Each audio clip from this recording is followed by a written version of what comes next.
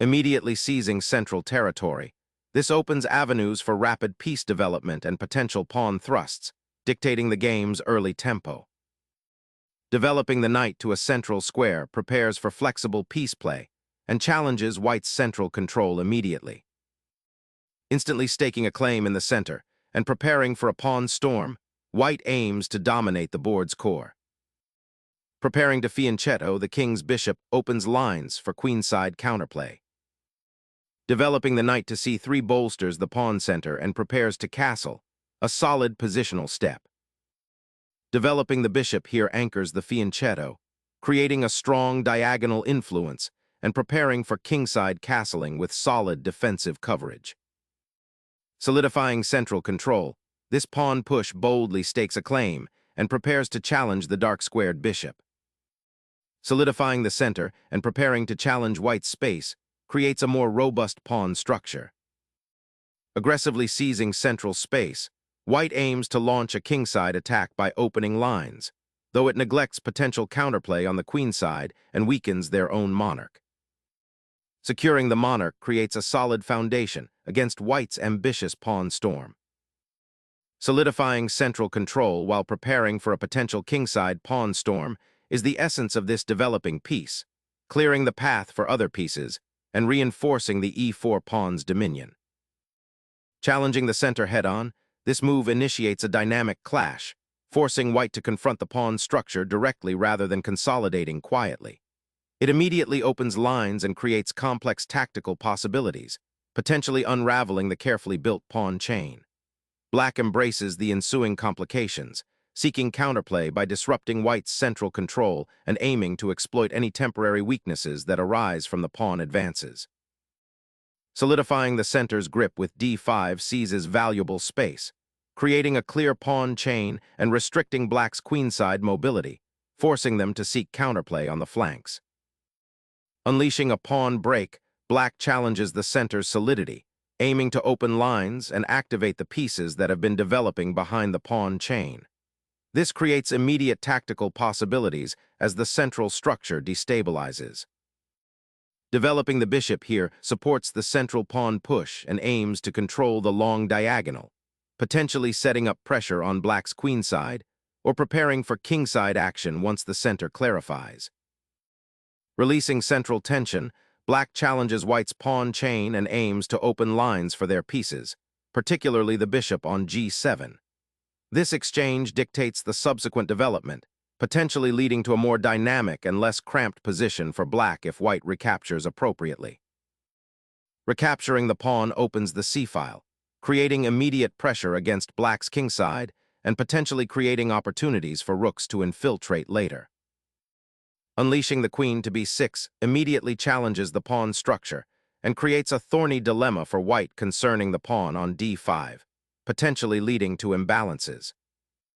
The knight repositions to guard the crucial e4 pawn and prepares to jump into the central fray, aiming for a more active role than its initial placement on g1 allowed. This subtly enhances white's kingside attacking potential while maintaining a solid central structure and avoiding any immediate weaknesses. Launching the knight to g4 immediately injects a bold, aggressive spirit into the position, directly challenging white's center and eyeing the f2 square, potentially creating immediate tactical complications. A bold repositioning, this knight aims to disrupt black's queen and pawns, potentially sacrificing its central influence for immediate activity on the queenside. Retreating the queen to d8 signals a temporary cession of central influence, preparing for a more defensive setup while aiming to reroute the knight on g4 to a safer square, perhaps f6, to solidify the kingside. Solidifying the central pawn structure and preparing for pawn breaks becomes paramount after this retreat, ensuring the e4 pawn has adequate support and preventing immediate tactical incursions. Black aggressively expands on the kingside, aiming to disrupt white's pawn structure and potentially create attacking chances against the castled king. This energetic pawn push on h5, while somewhat committal, immediately questions white's central control and prepares for further pawn storms or open lines, although it does weaken the dark squares around black's own monarch.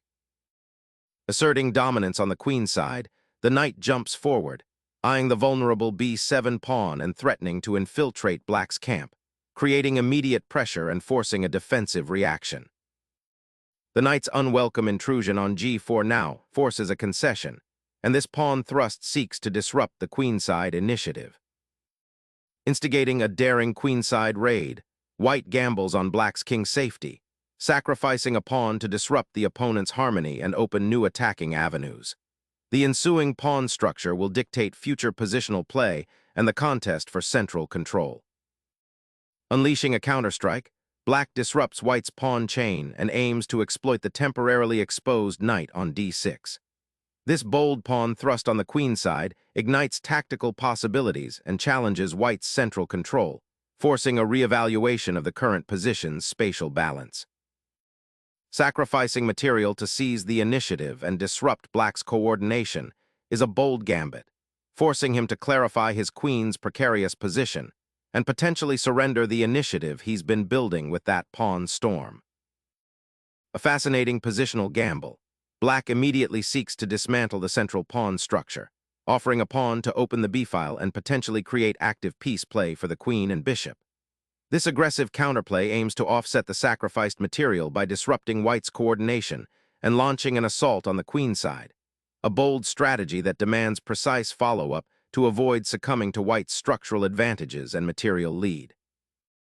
Striking at the heart of the kingside is the immediate objective, opening lines towards black's castled monarch and attempting to exploit the slightly passive placement of the knight on d2. Reclaiming the captured queen, black prioritizes piece activity over pawn structure, a bold gambit that opens lines for counterplay while sacrificing a central pawn and potentially leaving the king slightly exposed on the kingside should white's knights find good squares. Unleashing a decisive pawn thrust, white aims to pry open the king's defenses and seize initiative, transforming the pawn structure into a weapon of attack. The knight embarks on a rather circuitous journey, potentially aiming to find a less exposed square or to reroute towards the queenside skirmishes, but it leaves the kingside momentarily less defended and the central pawn structure under pressure. Unleashing the pawn storm on the kingside, white seeks to shatter black's protective shield and pry open lines towards the vulnerable monarch. Black's knight bravely ventures towards the center, aiming to disrupt white's ambitious pawn thrust and potentially secure a more active outpost, though it leaves the kingside slightly more exposed to white's unleashed g-pawn. Unleashing a pawn storm on the kingside, white initiates a bold pawn sacrifice to pry open the king's defenses, aiming to exploit the vulnerable dark squares and create attacking chances. The queen's retreat to d8, a seemingly passive repositioning, is a subtle but crucial maneuver to navigate the encroaching pawn storm and the exposed king.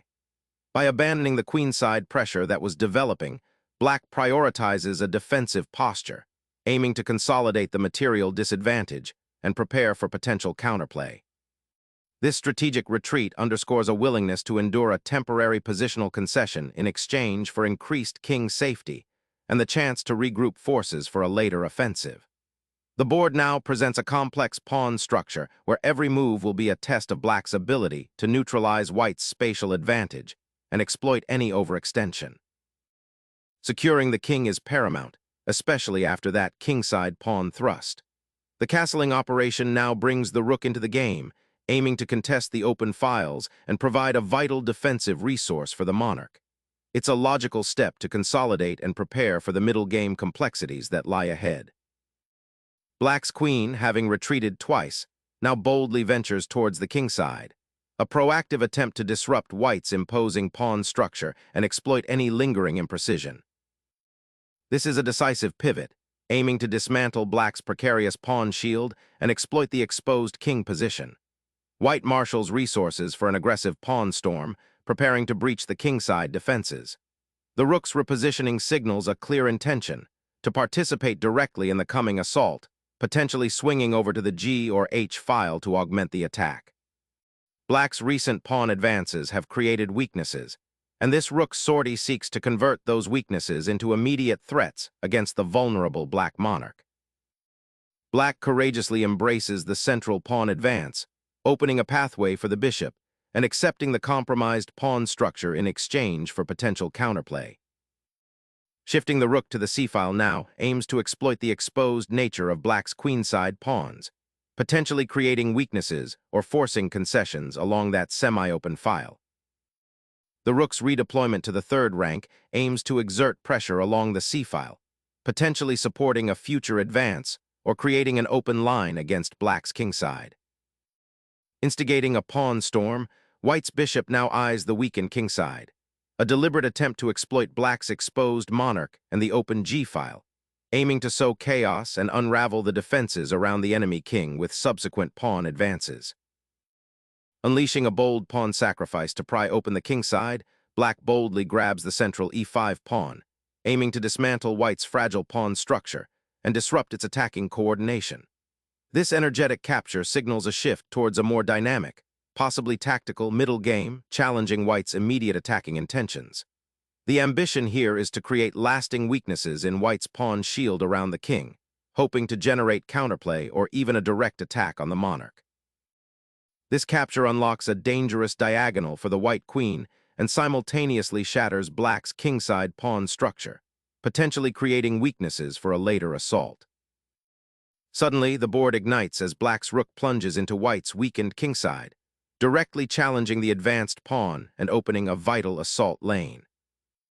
Seeking to untangle the knight from its bind and prepare for a potential kingside assault, white repositions the bishop to a more active diagonal, eyeing the d6 pawn and simultaneously offering a retreat for the knight on f3 should it become necessary. Pivoting the queen to the edge aims to reinforce the kingside pawn structure and potentially prepare for a queenside counterplay, a strategic shift from its earlier central occupation. Unleashing the pawn's potential, white boldly pushes forward, aiming to pry open the e-file and disrupt black's harmonious piece placement. The queen's retreat to e6 is a pragmatic decision, acknowledging the exposed position after white's pawn push and seeking a more secure outpost, even if it relinquishes some central influence. Reinforcing the bishop on the long diagonal, this repositioning aims to offer it a safer haven while preparing to potentially support an advance along the now-opened kingside. A strategic choice that might seem passive, but is designed to consolidate the queenside gains and deter any immediate counterplay from black's aggressively placed rooks. Snapping the king's shield with a daring sortie, black initiates a sudden, aggressive kingside assault that throws white's carefully constructed defenses into immediate disarray, forcing a rapid reassessment of the board's central and flank dynamics. A daring gambit emerges, sacrificing material for dynamic counterplay and aiming to unravel black's king's safety on the weakened kingside. The queen, emboldened by the open files, swoops in to disrupt white's defensive structure, forcing a critical choice between sacrificing material for initiative or reinforcing the beleaguered king. Securing the king from the immediate onslaught of the queen and rook, this retreat prioritizes survival, a sensible choice given the precariousness of the monarch's current placement amidst black's active pieces.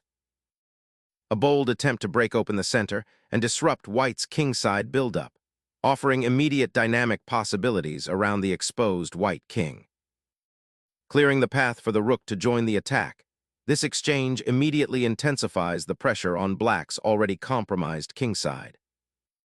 King hunt initiated, this discovered check exposes the white monarch to a delightful cascade of tactical possibilities as the black queen, fresh from a pawn-snatching raid, eyes the vulnerable king.